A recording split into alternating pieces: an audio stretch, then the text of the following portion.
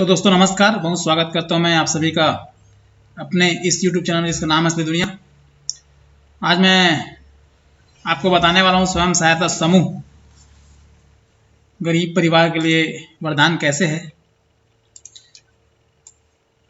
तो बने रहिए मेरे साथ और देखते रहिए वीडियो को अंत तक।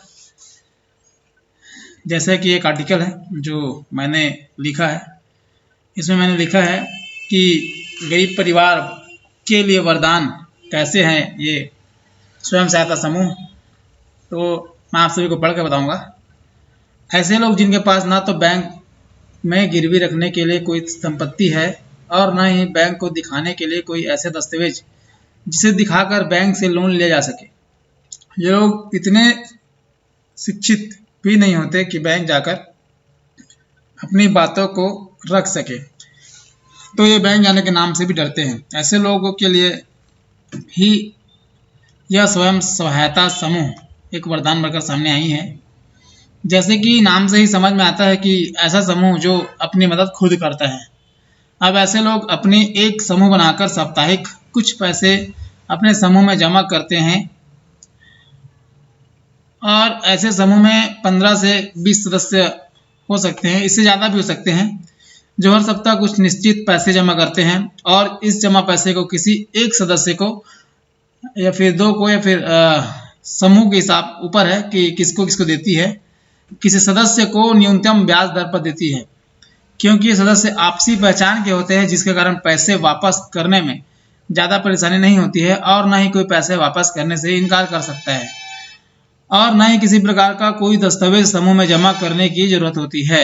इसके पहले ये लोग गांव के साहूकार, लाला, दलाल जैसे लोगों से ही पैसा लेते थे, जो कि साल का लगभग 60% ब्याज दर वसूला करता था, मतलब महीने के लगभग 5%, जिसके कारण इन गरीब परिवारों की आजीविका साहूकार के यहाँ कार्य करना जिसके कारण इस गरीब परिवारों को आजीवन साहूकार के यहाँ कार्य करना पड़ता था या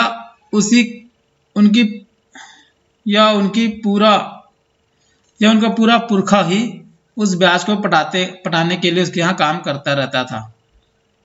देखा जाए तो स्वयं सहायता समूह में अधिकतर महिलाएं होती है, जिसके कारण समूह में पैसों का वापस मिलने की संभावना बहुत बढ़ जाती है, क्योंकि ये महिलाएं एक दूसरे के रिश्तेदार या पड़ोसी होते हैं, जिसके कारण वे एक दूसरे को अच्छी तरह से जानती है।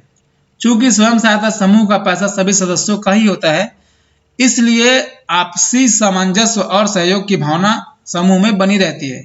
ये सभी महिलाएं एक ही निश्चित जगह के होने के कारण ये सामाजिक कार्यक्रमों में भी अपना भागीदारी देती है। जब ये स्वयं सहायता समूह ऐसा लगातार करने लगती है, तब ये समूह बैंक में अपने सभी लेन देन को दिखाते हुए लोन के लिए आवेदन कर सकती है। जब बैंक देखती है कि इसका लेन देन अच्छा है, तो इन्हें लोन भी बहुत ही न्यूनतम ब्याज पर दिया जाता है। इस तरह ये स्वयं सहायता समूह अपने समूह के सभी लोगों को आर्थिक सहायता कर पाता है और इसी तरह स्वयं सहायता समूह बढ़ते हैं और समूह में रहने वाले लोग बढ़ते हैं। अब बात यह आती है कि इसकी शुरुआत कहाँ से हुई थी, इसकी स्थापना कहाँ से हुई थी।